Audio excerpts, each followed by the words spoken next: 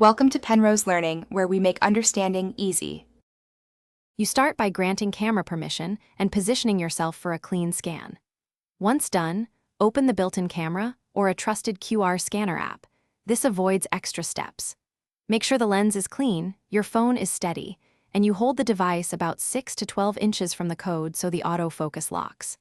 This first step matters because a steady, focused image ensures the decoding algorithm can read the pattern quickly rather than timing out or returning errors. Once the camera app is open, center the QR code inside the frame and remove any glare by tilting slightly or moving to diffuse light.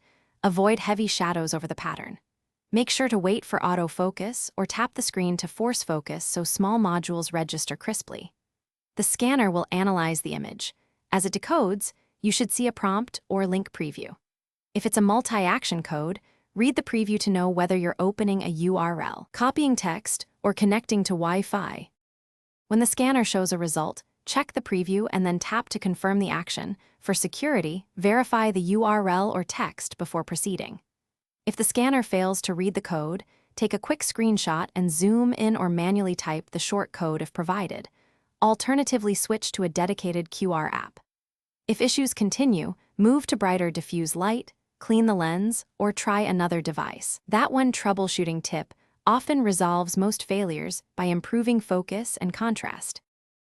Thanks for watching. If this was helpful, leave a like and consider subscribing. See you next time.